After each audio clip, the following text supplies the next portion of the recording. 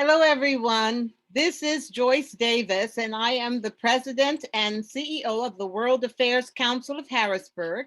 And I am really excited about tonight's presentation.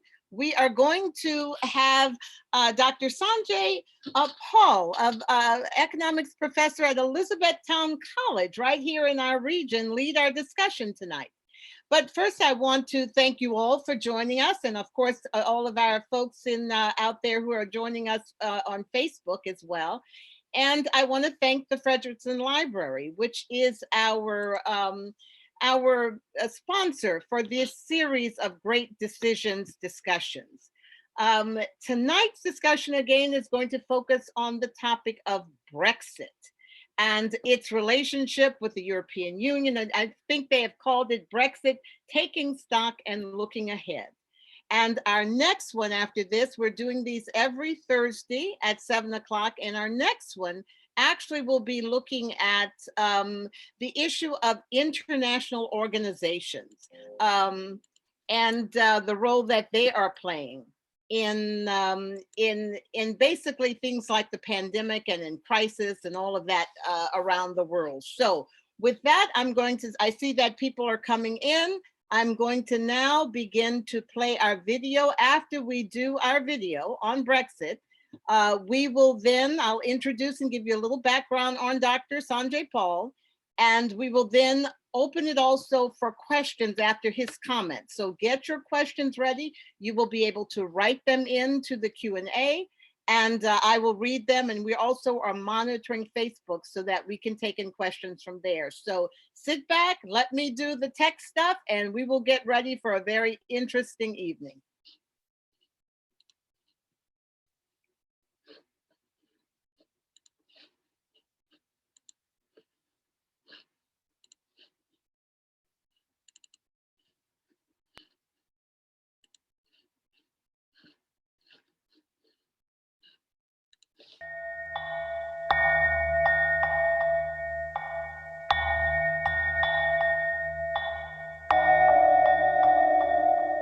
The text of the referendum was just 16 words long. Should the United Kingdom remain a member of the European Union or leave the European Union? When a divided nation voted narrowly to leave, 650 members of parliament were left to figure out how.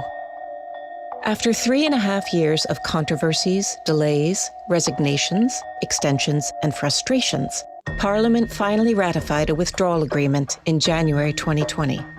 But the ramifications of Brexit are far from fully settled. Now, Great Decisions asks where a fractured Britain can go from here. Britain after Brexit, next on Great Decisions.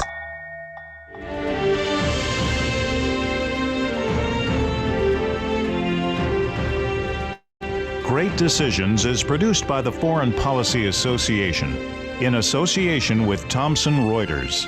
Funding for Great Decisions is provided by the Herford Foundation, PricewaterhouseCoopers LLP, and the Nelson B. Delavan Foundation. Even when it was all over, the years of contentious negotiations finally complete, the mood inside the European Parliament chamber was bitterly divided. As Eurosceptic representatives turned their backs, other lawmakers wiped back tears, held hands, and burst into song.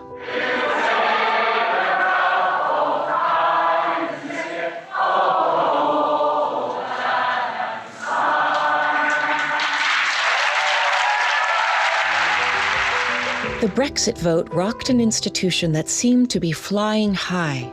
In 2012, the EU had won the Nobel Peace Prize for its role in bringing Europe together. Europe, which is the place where world wars began, has been conflict-free since the development of the European Union.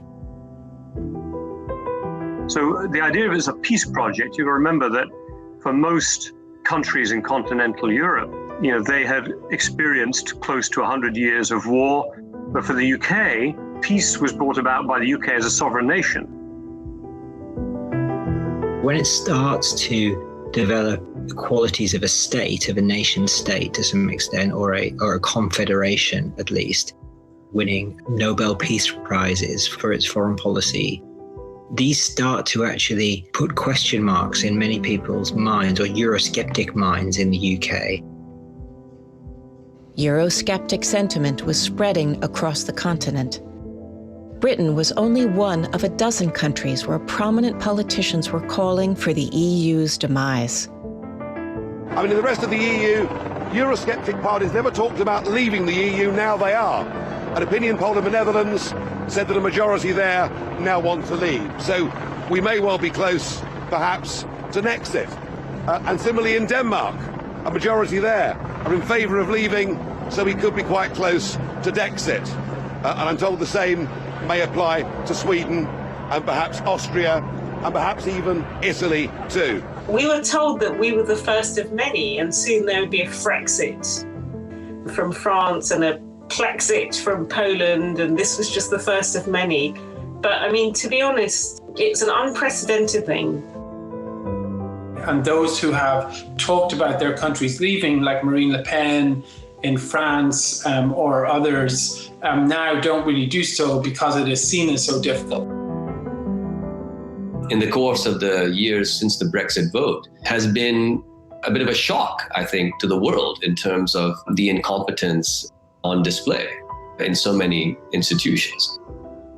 That said, I think that Brexit has also served to alert the EU to the dangers of an EU which does not take seriously the concerns of its member countries. In Britain, as in much of Europe, surveys show that young people are the most invested in the European project. All the polling evidence shows that the younger you are, the more likely you are to be pro-European. They argued that they had no say in this, whereas someone who was aged 100 in 2016, who may not be with us anymore, had more of a say over a profound decision that would affect their future to live and love and work and rest and play in 27 other nation states. The young are only young for a certain length of time, because as they get older, they'll support the Conservative Party. What is happening here is that the young have slightly misunderstood what will happen after Brexit in terms of cultural links, and these will still continue. What we're seeing in a way is a demographic blip, an older population that turns out disproportionately to vote, that holds views that are disproportionately anti-migrant, racially conservative, anti-internationalism, and young people who know better. The generational divide raises the question of whether Britain might someday seek to return to the European fold. Because of the way our electoral system works, although 50% of people voted for Remain parties, the Leave side won, and we've left now. So I think it's not going to be anytime soon. Lots of people think there is a prospect of Britain begging to go back into the European Union just as it did in the 70s and the 60s. But actually, I think it's incredibly difficult. And this is the challenge. Britain has yet to find a stable spot in the world after the Second World War. Britain itself is going to face enormous challenges just staying together. But similarly, the European Union will have to evolve. What kind of EU will emerge? Will it be a multi-speed Europe, where some countries are much more tightly integrated and others are less so? All of these things, we will have to see how they play out. But I think it's entirely plausible that in a generation from now, Britain will ask to rejoin whatever the EU has evolved into. As soon as Britain first joined the European Economic Community back in 1973, activists set to work trying to reverse that decision.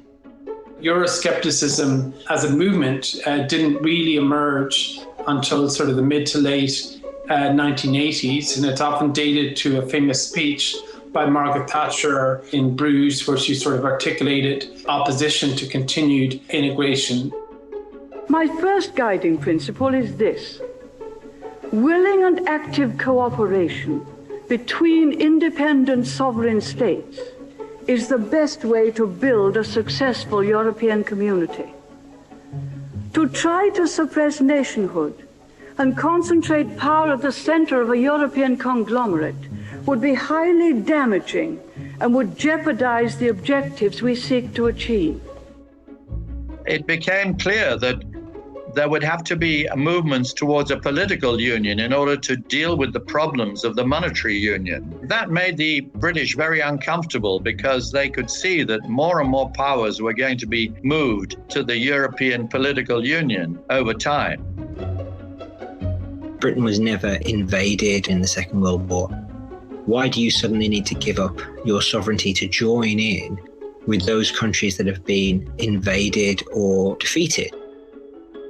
In the run-up to the 2016 referendum, campaigners clashed over divergent ideas about whether Britain's economy would benefit by leaving the EU. Now is the time, I think, for my country, our country, the UK, to seize the opportunities of leaving the EU. We may be extricating ourselves from the treaties of the European Union. We are not leaving Europe.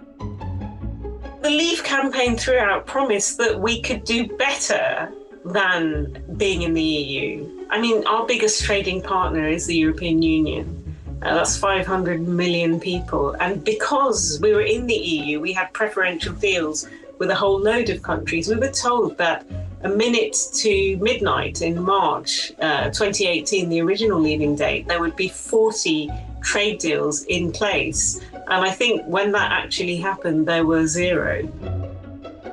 They said that, for example, the NHS, which of course the National Health Service is beloved in Britain, always underfunded. And they said, well, we're going to take some of the money from Europe and that's going to substantially increase the funding for the NHS.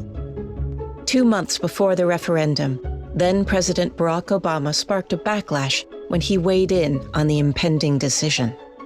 Maybe some point down the line, there might be a UK-US trade agreement, but it's not going to happen anytime soon because our focus is in negotiating with a big bloc, the European Union, to get a trade agreement done. And UK is going to be in the back of the queue. It just confirmed both sides. Those who believe the UK should remain in the EU said exactly, just as Barack Obama said we should. Makes absolute sense. And those who thought the UK should leave said exactly. If somebody like Barack Obama's in favor of it, it must be a bad thing. Anytime that a country is undertaking a decision that would be bad for the United States, we should make very clear what our position is. I'm sorry that Britain made the decision to leave the European Union. I think that's going to be very bad for Britain in the long run. I think it's going to be bad for Europe, and I think it's going to be bad for the United States.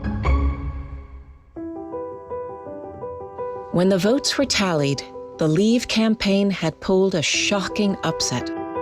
But a glance at the electoral map reveals glaring geographic divisions. If it hadn't been 2016 in June, it's again unlikely that the referendum would have turned out the way it did. So what was causing that? Well, one was the migration crisis. In 2015, it peaked. Angela Merkel opened the doors in Germany to migrants who'd been flooding across from Afghanistan, from Syria, through 2 different routes into Europe. In addition, Europe itself was having a number of different policy problems. Remember, we had the economic recession of 2008. You had these regional splits, these city-urban splits, and these age splits. So what you saw was places that tended to be older and have fewer people who went to university, you had more blue-collar jobs, they tended to vote Brexit, and the cities voted overwhelmingly for Remain. Within hours of the announcement, David Cameron tendered his resignation as British Prime Minister. His replacement was a fellow Remainer, Theresa May, who now faced the impossible task of corralling a parliament whose members had wildly different visions of what a withdrawal agreement ought to entail. She became a fairly sort of hard Brexiteer. She tried to negotiate a deal with the EU over time that was seen as sort of a hard Brexit. There was a standoff between the EU and the UK over the issue of the border in Northern Ireland, which became a real sticking point. May eventually stepped aside after failing to rally enough MPs behind her deal. Instead, the Prime Minister who would lead Britain into a post-European future was the brash, controversial former mayor of London, Boris Johnson. He took the reins in 2019 on a campaign full of promises to tear up Theresa May's deal. It was a whirlwind, but he did most of the things that he promised. He got the deal, and then before Parliament voted it through, he called a general election, and he won a huge majority on a campaign promising to get Brexit done. So in those two seismic events, the future direction of Britain changed dramatically, and the man at the heart of both campaigns was Boris Johnson.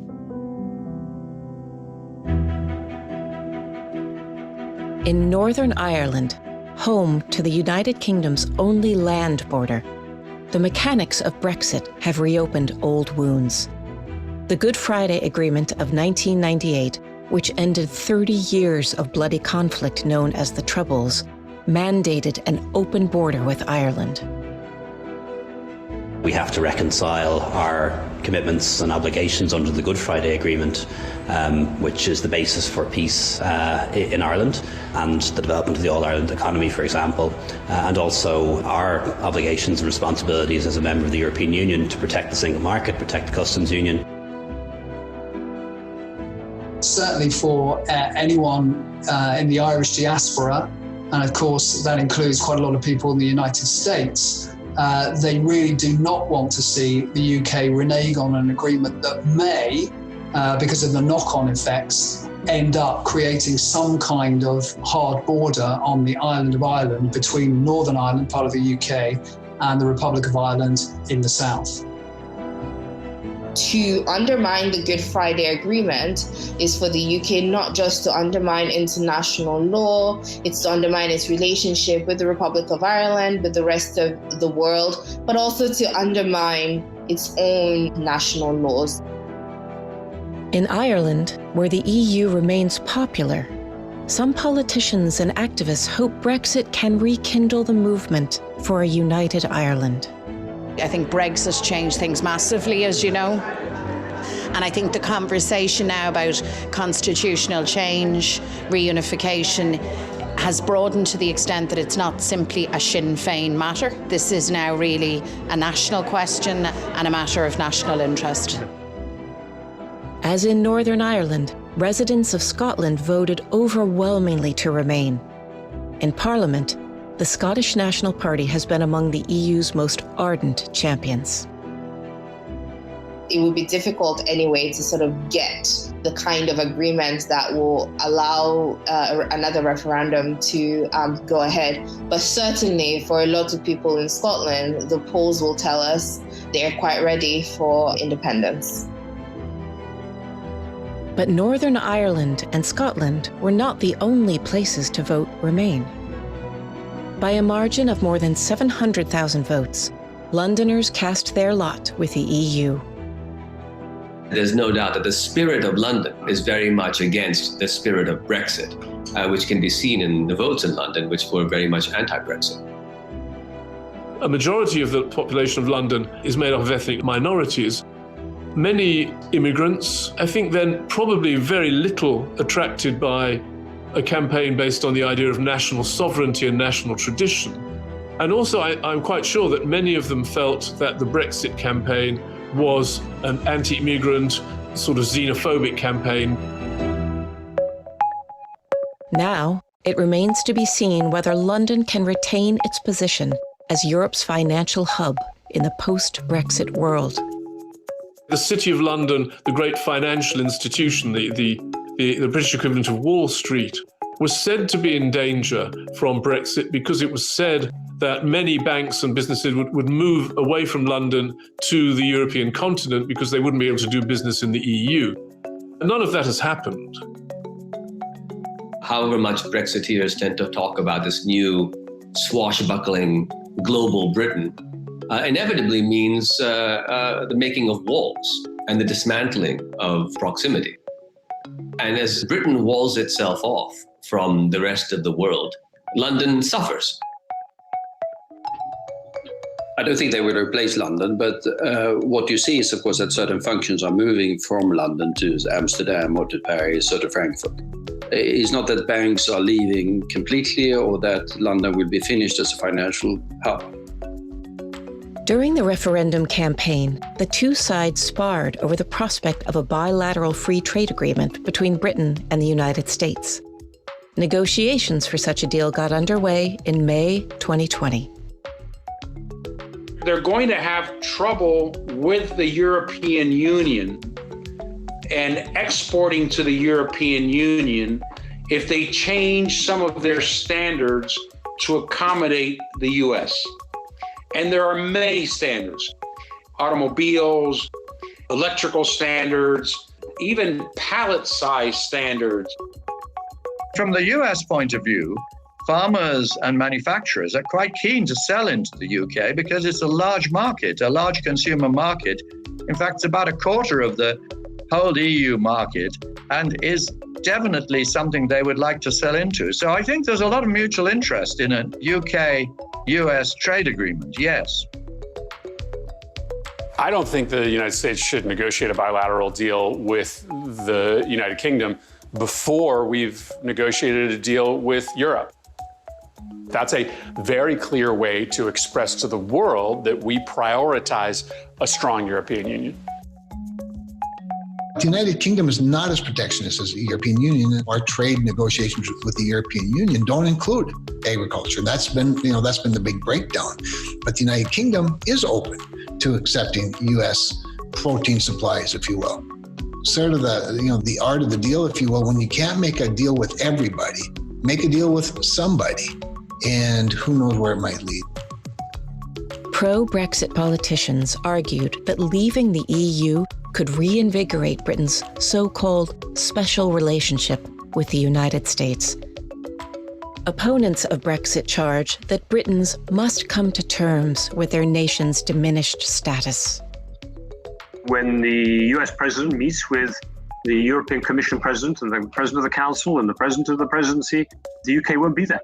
So that's on the negative side of the ledger. On the other side of the ledger, we have to say Britain's role as an intelligence partner with the US, I think, will remain paramount, not least because of the technical capacities the UK has in the cyber and encryption and surveillance and intelligence side. So not just the sort of MI6, MI5, but GCHQ side, and the kind of Five Eyes, which of course, again, is entirely beyond Europe. But the Republican view is now very different. It's different from that traditional US foreign policy position. It is pro-Brexit, defiantly pro-Brexit. You are seeing signs of Britain becoming a country to argue over among the two parties in the US. And that is a very difficult position for the UK to be in because it has to start to manage those relationships and to try to push its interests as the parties in control change in Congress or in the White House. Whether it's nationalism or globalism, some of these things are somewhat cyclical in their trends. But right now, at this moment, we have this grand opportunity where there's a reflection in two countries of a similar goal. And I think that Brexit presents that opportunity for us. At the heart of the Brexit debate is the question of how Britons view their own country. Proponents of Brexit have tapped an undercurrent of nostalgia for the glory days of the British Empire. A lot of it was this previous mentality of the glories of empire, and we were told they need us more than we need them. And this whole idea, rule Britannia, Britannia rules the waves, Britons never, never, never will be slaves. So I think a lot of that kind of imagery and even stuff about the war and Spitfires and the mentality of, we can do this. 2 world wars and 1 World Cup, I think they often say. England has a deep common history, shared history with continental Europe. The Brexiters have wanted to invent a history in which it's always, and especially at the moments of greatest glory, standing aside from continental Europe. I think it was a nostalgic vote. I think it was also sort of out of keeping with the world as it was becoming, because of course The world was not sort of going back to the 50s or 60s. It's a world increasingly dominated by large powers like the United States, China, India, and others. And Britain's role in that, I think, is quite problematic if it's sort of acting on its own outside of any bloc. Advocates of Brexit have promised that it is still possible for Britain to be a leader on the world stage. Britain has wanted to sort of try to raise its vision to a global world beyond Europe that has more growth opportunities, the emerging market of China and Vietnam and Latin America and the Gulf, and raise your sights from Europe, go to the world. We can become more successful economically if we, as a former British member of the European Parliament, who is a Eurosceptic, phrased it, we need to unshackle ourselves from the European corpse. Whether Britain can remain a leader on the world stage is, I think, still within Britain's grasp. It's up to Britain, and it depends how it handles itself as it leaves the European Union. This is a country that will still have a seat on the UN Security Council and be the second biggest investor in defence capabilities in NATO, be a reasonable voice in the WTO and IMF, and is still a large economy, a top 10 world economy. But it's not the old Britain. It's not a global superpower.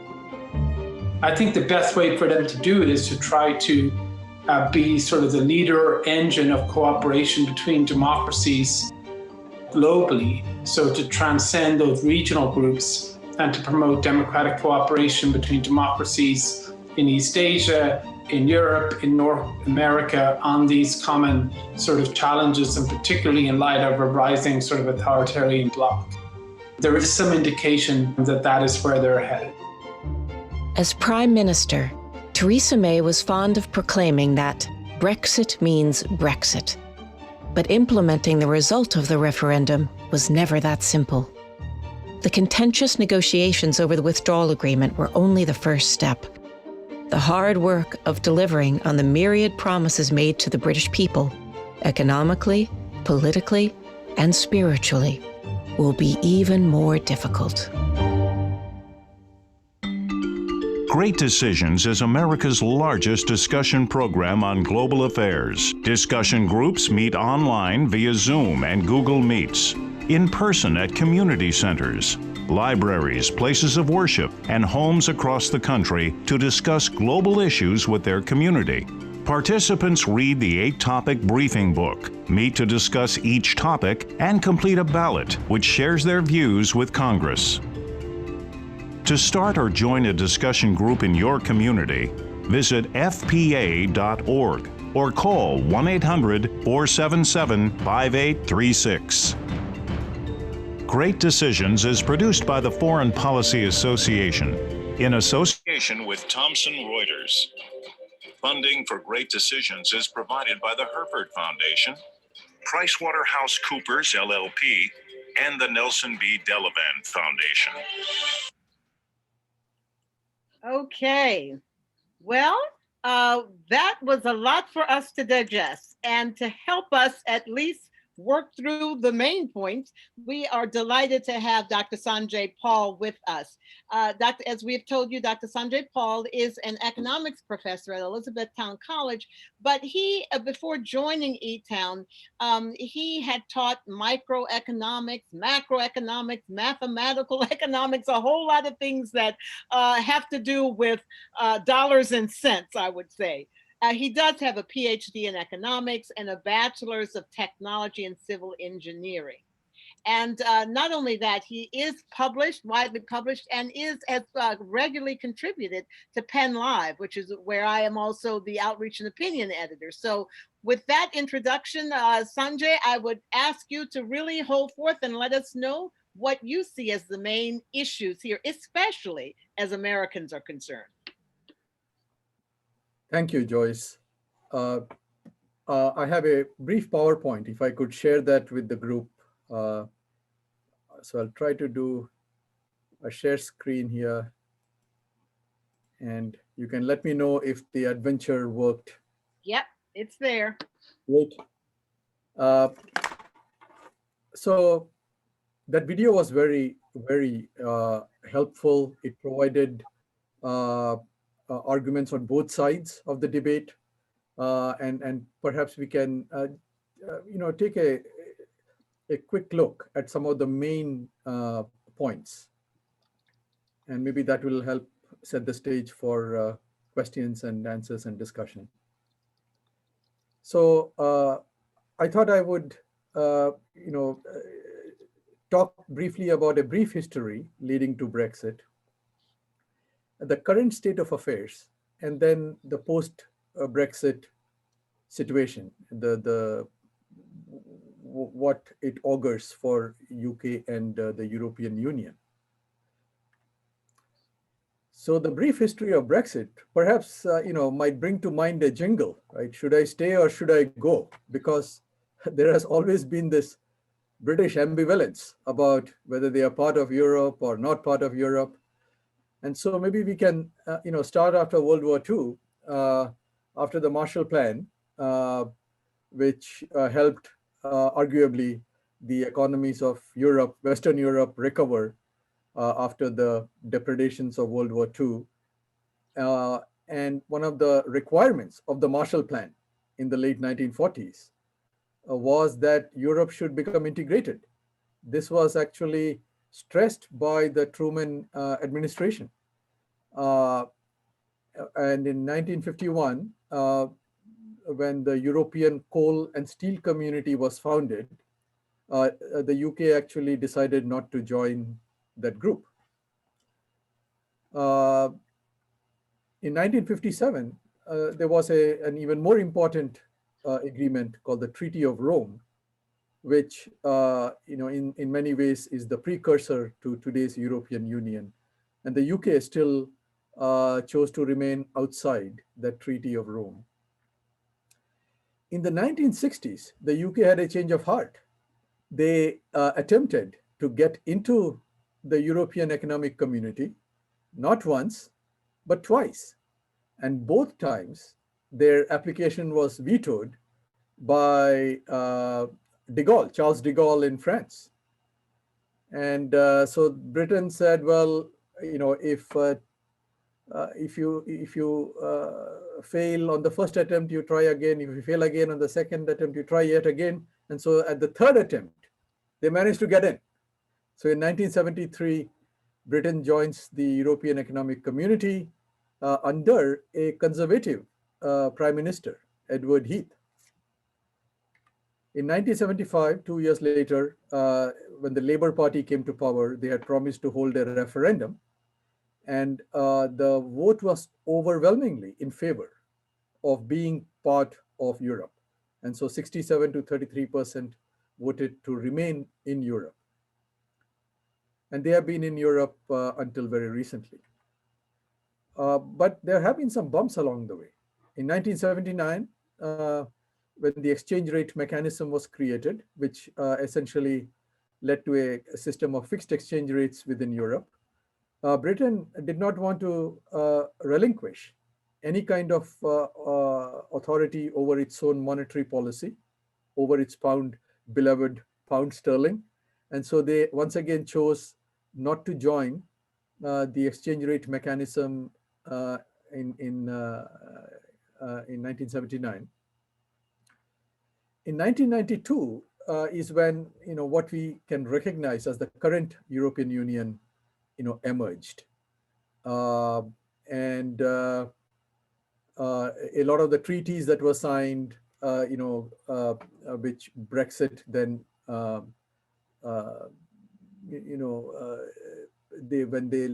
when Britain decided to leave Europe, they actually referred to some of the treaties from this 1992 event to leave the Union. So now let's take a look at 2016, which is when the referendum was held and the vote narrowly in favor, as you heard in the video, 52 to 48% deciding to leave the EU. And finally, January 31st, 2020, the UK was officially out of the European Union. Although for the remainder of the year, of 2020, they were still following sort of European Union rules. And so it wasn't really till January 1st of this year, of 2021, that they were finally, for all intents and purposes, cast asunder rent themselves asunder, rather, from the European Union. So there is an interesting thing to be learned from the views of Margaret Thatcher. So in 1975, you recall 1973 is when Britain joined the European Economic Community, and in 1975 there was a referendum. Mrs. Thatcher was a very strong proponent of remaining in Europe. In fact, she wrote, Britain will have access to the largest trading and aiding unit in the world. Britain will have increased bargaining power with the rest of the world by remaining in Europe. And in fact, she warned that if you leave Europe, withdrawing from Europe is a leap in the dark. It was a very risky venture that she felt quite strongly about. But that was 1975. In 1988, her views had changed quite dramatically. And there was an allusion to this in the video that we just saw. In Bruges, in Belgium, she gave a speech in which she said, "We have not successfully rolled back the frontiers of the state in Britain, only to see them reimposed at a European level with a European superstate exercising a new dominance from Brussels." So this was, she did not mince words. Mrs. Thatcher, and remember, she's giving this speech in Belgium, which is where Brussels is located, the sort of political capital of the European Union. And she's warning about European superstates and Brussels dominance. Perhaps some echoes in this country sometimes when you hear of Washington. So this is in that kind of vein where you adduce all kinds of nefarious schemes to the political capital. So if you look at the current state of affairs, what has Brexit afforded Britain? What can Britain do now? Well, they can set their own trade policy. They can go out and make trade agreements on their own with other countries without having to do it through the European Union. So when you're part of the EU handles all the negotiations for the trade deals with countries around the world. There has been, a sort of off and on discussion on coming up with a trade agreement between the US and the European Union. And it has been going on for years without much substantial progress having been made. And so UK is saying, well, now we don't have to wait for the EU. We can just, proceed on our own. And as you saw in the video, this may or may not happen.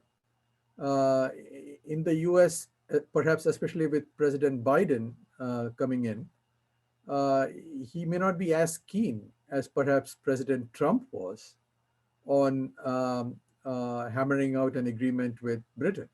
Although President Trump was, appeared to be quite chummy with the Prime Minister, Boris Johnson, they never got an agreement done. Will such an agreement work under Biden? Well, remains to be seen. But anyway, the thinking is now that Britain, you may have heard that evocative phrase in the video, Britain can unshackle itself from the corpse of Europe and go out and negotiate all these trade deals to its benefit. Well, that remains to be seen. There are no tariffs at the border. There are no taxes at the border, meaning goods can travel freely between Britain and Europe and this was part of the negotiated agreement. However, that does not mean that trade is friction free. There is still a lot of friction because of the paperwork that now has to be done, because of all the checks that have to be carried out, and leading to substantial delays in many cases. And so when it comes to trade in goods that are perishable, food, fish, seafood, those kinds of things, the companies, the firms that want to sell in Europe from Britain, from Scotland, they are finding this to be a major problem. Their goods, their fish, etc., are getting held up in customs at the border, and they are having to, and it has led to a good deal of wastage. So this has not been frictionless, this the trade after January 1st of 2021. There is also no freedom to work and live between the UK and the EU. The founding sort of principles of the European Union, the sort of 4 fundamental freedoms in the European Union are the freedom to trade in goods, trade in services, trade in capital, but also movement of labor. And this is a key underpinning of the European Union, that you can travel freely and work freely, at least in theory, that's permitted, in other countries inside the EU.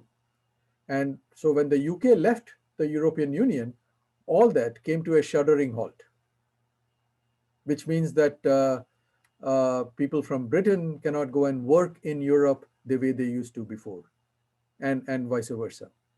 So this is going to have a significant effect on perhaps even on students who once could avail of certain scholarships to go and study in Europe, pretty much at free of cost almost from Britain. Those kinds of opportunities have sort of evaporated once the UK left the European Union. And finally, there are checks on goods entering Northern Ireland from the rest of UK, which, as you saw in the video, is another source of great tension. The Good Friday Agreement, which resulted in the lack of a border between Northern Ireland and the Republic of Ireland, that might be under some stress. And there was a vaccine crisis a few weeks ago, which tested the Good Friday Agreement idea. So what next for the UK and EU? Well, there are still a few things to be negotiated. Things like data sharing, financial services. Although in this scenario, in this arena, London has started losing some of its financial business to Europe and maybe New York. So London, which was the sort of financial capital of Europe, is starting to see, some of the financial firms moving across the border into Europe to do business more easily with their clients, with their customers in the rest of Europe. And so Amsterdam has been a beneficiary of some of this financial services moving out of London. And the fishing agreement, which was a big issue of debate during the Brexit discussions in Britain, that is going to be reviewed after 5 years. There are going to be disputes. We saw already one of them over vaccines, and perhaps we can discuss this if there is interest in the Q&A session. But it tested. It proved to be a test for the president of the European Commission, Ms. von der Leyen, she seemed to have stumbled a bit in dealing with the vaccine issue, moving from Europe into England, into the UK. But those kinds of disputes might still arise. And then there is Scotland. As you heard in the video, the Scots are by and large in favor of remaining in the EU. And they already had a referendum a couple of years ago where they narrowly, narrowly voted to remain in the UK. So who knows what the sentiment is, if there's another referendum on whether Scotland should remain part of the UK or not, who is the fairer of the two is what the Scots are going to ask themselves. Should we stay in UK or should we go with the European Union? So Joyce, in all your wonderful years of multifaceted career, perhaps interviewing economists possibly at some point, economists are well known for making predictions that are bereft of one element. So we either give a magnitude but not a date, or we give a date but not a magnitude. In this case, I'm going to give neither a date nor a magnitude, but I'm going to make a bold prediction nonetheless. The Brexit saga will continue. Very nice, Dr. Paul. Well, listen, that was a very good overview, and it really did fill in some of the blanks with the historical progression thus far. It does look like Britain has always been of two minds. I mean, we want to be in, we want to be out. But let me ask this, before we delve into this, I do want to ask, as we look at things today, is the United States benefiting or favoring and happy about this Brexit? Or I guess I need to say, is the current administration happy about it? Or are we wishing this had not happened because it's making complications for American business? Right. Under the Trump administration, there was a very clear sense that they were in support of what Boris Johnson was doing, which was to get Britain out of Europe.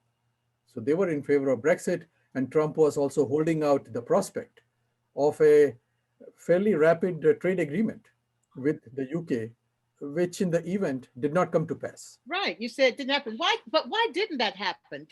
Was it they really didn't agree, or he just didn't take the time to do it? There were a couple of issues that they had to bridge, where they were still quite far apart. So, for example, on NHS, which we heard about in the video, the National Health Service in the UK, a sort of cherished institution, people love it. This nationalized healthcare system that they have. There was some thinking that Trump would have insisted on privatizing, on Britain privatizing their healthcare sector to allow American firms entry into that sector. And that would have been very likely very unpopular with a large part of the British public. And so that was seen as a stumbling block in any kind of negotiations. Another issue that kept the two apart was the issue of chicken, of all things. There was a campaign in Britain that we don't want chlorinated chicken from the United States. When push came to shove, during negotiations, if the US had insisted, you must take our chicken, that could have led to some problems for Mr. Johnson. So perhaps, these kinds of impediments played a role and in any case, it took a fairly long time for Britain to wrap up, its agreement with the European Union to finally, get out of the EU. And so Trump's administration, at that point, was also consumed with the COVID-19 situation and re-election prospects and so on. So perhaps all this came together and sort of pushed it off the front burner for both countries. And now with President Biden, arguably he was not a fan of Brexit like President Obama, who came out very strongly in opposition to Brexit when he was the president. So it is not clear that Biden will favor the UK over the EU. Perhaps Biden will want to resuscitate the trade agreement discussions with the EU and maybe not pay that much attention to Britain right from the outset. Well, there's a pretty controversial question here that I want to throw at you, and let's see if we can tackle this one. The questioner is asking, is it oversimplifying things to see Brexit as a mirror of the unilateralism of the Trump administration? And he says, more specifically, how much did racism drive Brexiteers? That's a good question, Joyce. I don't know if it's a mirror, image. As we saw, this ambivalence about, Britain being part of Europe has been there since, after World War II. So it has a long, pedigree, this Euroscepticism. But the Brexit referendum in 2016 certainly brought forth perhaps some of the uglier side of the uglier side of the picture. And so the nationalism part combined with a sort of anti-immigrant feeling, and that unfortunately was part of the debate. So this anti-immigrant sentiment, which perhaps was, stoked, unintentionally by Angela Merkel when she permitted a good number of refugees to come to Europe, and she was roundly castigated by a lot of politicians for doing that. But I think that anti-migrant, anti-immigration sentiment played a role, I think, in the Brexit, debate, and that is rather unfortunate. Yeah, and it seems like it's anti-immigration sentiment that's not just about Asians or Africans, but they didn't want other Europeans, including East Europeans, right? I mean, that was the other issue. That is exactly right. So, curiously enough, Britain was not worried that much about Syrian refugees coming through Greece and all the way up north to Germany, and then coming to France, and then coming over into the UK. I mean, that was not the major concern that they had. The major concern they had with immigration was the fundamental freedom in the EU, which allowed the citizens of any country in the EU to travel and work anywhere else. Right. And that meant a lot of people from Eastern Europe who had come to the United Kingdom. There was a big campaign about Polish plumbers, for example, at one time in Britain. And so that was, you are absolutely right. That was the more pressing issue in terms of migration for Britain at that time. And yet, there does seem, if we're reading this right, there are two divides on this that I'm gathering. There's the rural city divide, clearly London and the rural, but there's also a generational divide. Young people like the freedom of simply being able to go and work anywhere and move anywhere. And apparently they liked having the Europeans be able to come into their own country. So what is that about? I think the younger folks and people who live in the urban areas, the big cities, London and so on, they did not like this idea of leaving Europe. And it wasn't just the people who liked the idea of traveling freely and going to work in other places, but even the students. As I noted briefly earlier, if you are a British student, you could avail of different programs like the Erasmus program, for example, that allowed you to go and study at a university in another country in Europe. Pretty much a lot of your expenses taken care of.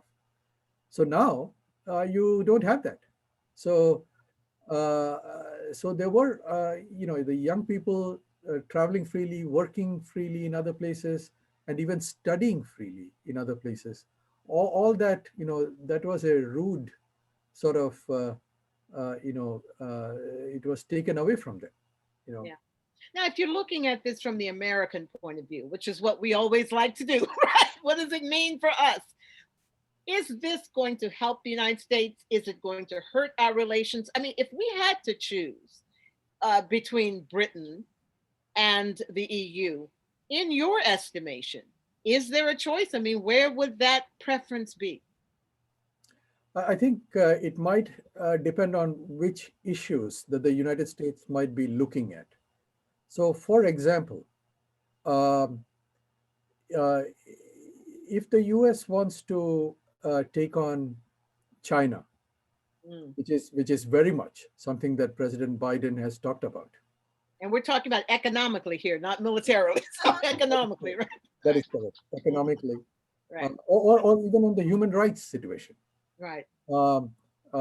Property, intellectual property rights protection, and that kind of stuff. In that situation, the United States might wish to partner with the EU, just because of its sheer heft and influence, in order to perhaps bring up human rights issues and other and economic issues, as you said, with China, and pose a more united front in that kind of discussion. Britain, may not have a lot of sway in that kind of matter. When it comes to NATO or policies, dealing with Russia, once again, it might be the EU that is the more important partner in those endeavors. Britain may not have, again, that much to contribute, although they might disagree, perhaps. But so I think it depends on the kind of issue, and. But what issue would favor what issue would favor the United States having more preferential relations with Great Britain? What issue would that be? There might if it meant sacrificing a relationship with the EU. Right. I think that would be a very difficult choice. I mean, if you look at the economic might of the EU, it's not 500 million anymore after the UK left, but let's say over 400 million consumers, very rich consumers, large market. EU on the whole offers substantially more opportunities for American businesses, for example. But there might be certain areas, there might be certain industries, certain sectors where American firms might wish to transact more business with Britain. But by and large, I think it's true that the EU has a lot more to offer, possibly. But let's also keep in mind that even in the 50s and the 60s, when Britain was not really part of the European Economic Community, you always had that special relationship, which Britain likes to tout. What it meant really, that might be another question. But certainly, they enjoyed that special relationship with the U.S. for a very long time. Well, now, from what I'm hearing so far, from the discussions and the film, I'm not hearing anything that's really happened so far that should make Britain's British people feel happy over this. I'm not hearing anything that so far is going just much better than before. In fact, we even have a question that says, how has the supply chain to and from Britain been impacted by this? I mean, you spoke a little bit about it, but is that suffering even in other areas outside of just the fish industry? Right. I mean, so now the data is starting to come in, right, after January 1st, 2021, when UK, truly became independent of EU rules and became separate. All these border problems have started to arise with the checking of goods and trucks being held up for inspections, and soil, for example, cannot be transported from the UK to Europe, to Ireland. So what is happening is, even industries that you might think are not going to be very much affected by this. For example, the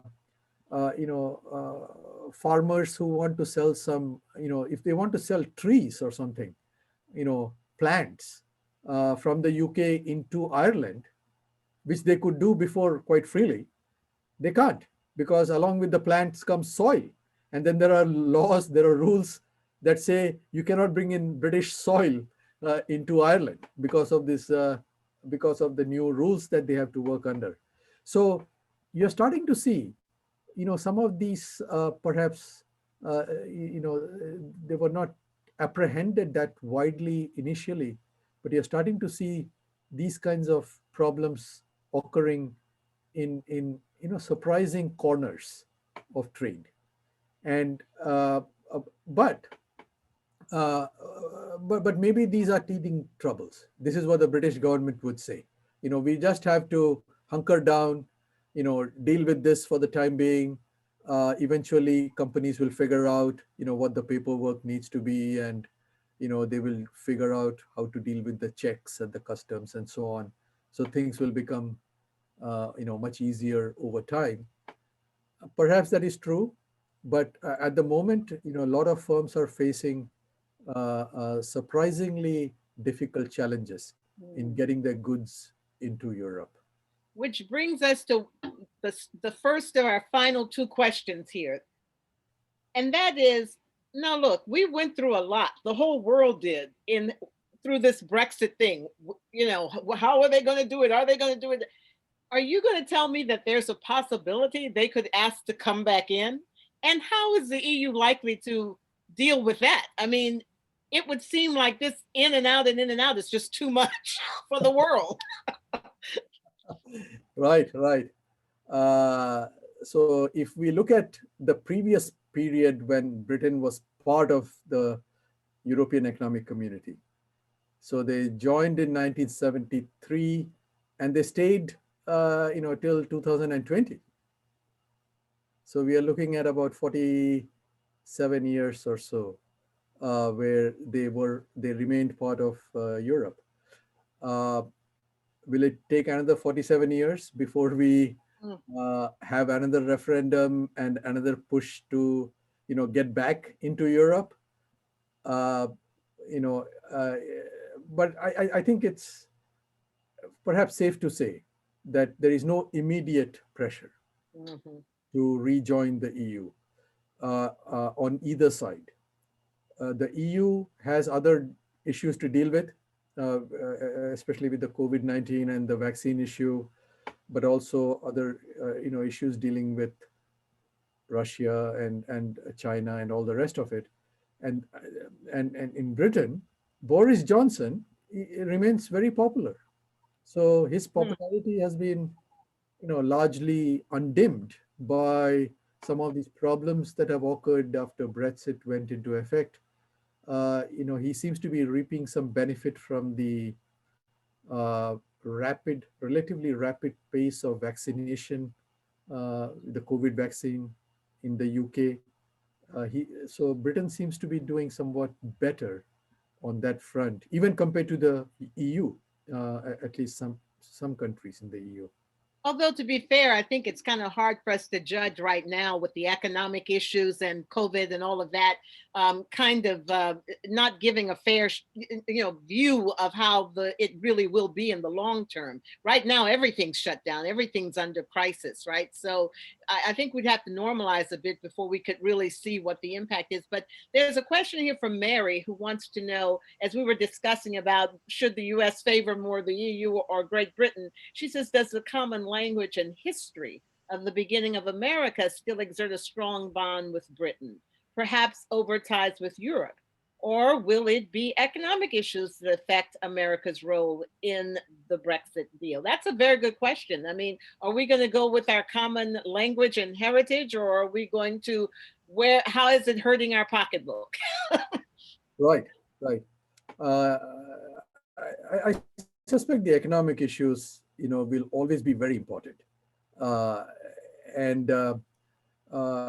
If you go back to, why did the US insist during the Marshall Plan that Europe should become integrated?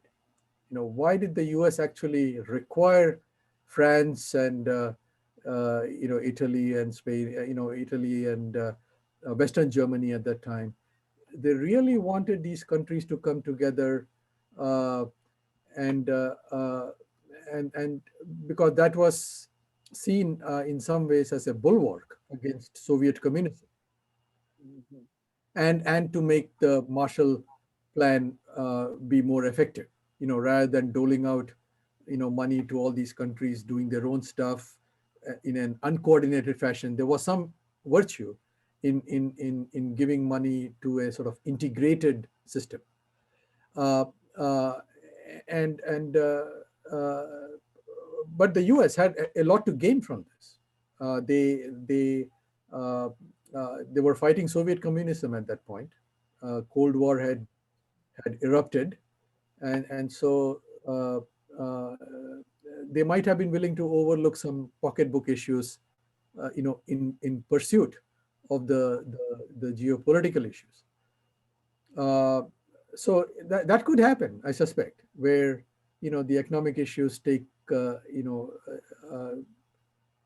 play maybe a second fiddle, perhaps. But usually that is not the case. Right. Usually it is economics first, how it benefits us. And as you're looking out at all of this, do you expect that we will get a trade deal between the United States and the UK within the Biden administration? It's not clear to me that the Biden administration has put that, as an important element of their policy going forward. They might wish to return to the US-EU trade negotiations that had been carried out under the Obama administration, and then came to a screeching halt when Trump came to power. So, they had made some progress, the US and the European Union, in hammering out a trade agreement, but there are still some contentious issues keeping them apart. Things like standards, should American cars follow European standards, etc., that kind of stuff. Perhaps Biden might wish to pay more attention to that than to start negotiating with the UK.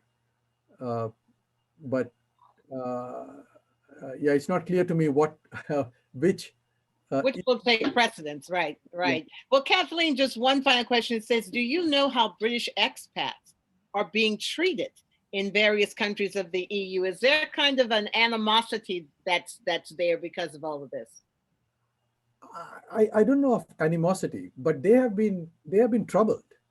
British expats in other countries, if you look at a place like Gibraltar, which is I suspect a British territory, attached to Spain, and the people there, the British residents, they did not want to leave the EU.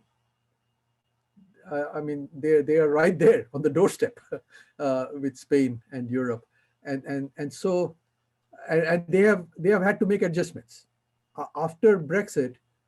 The British residents in Gibraltar have had to face new border checks, the kind of things that travelers are going to face now from Britain who want to travel to Europe. So British expats, by and large, I suspect, were not very favorably disposed to Brexit. Although I don't think there have been any animosities as such, but I think this was not to their liking. Got it. Well, we will simply have to wait and see whether Brexit makes Britain great again, as they have promised. So with that, I want to thank you, Dr. Sanjay Paul, for being with us and leading this a very interesting discussion about an issue that I think Americans are going to be very interested in going forward in these next few years. So thank you all. And I want to thank again the Frederickson Library for being our sponsor of these great decisions discussion. Next week, we'll be looking at international organizations and the role they are playing in dealing with crises like the pandemic we're still dealing with. So with that, thank you all. Please enjoy the rest of your evening, and we hope to have Dr. Paul back with us again very soon. All right. Bye-bye, everyone.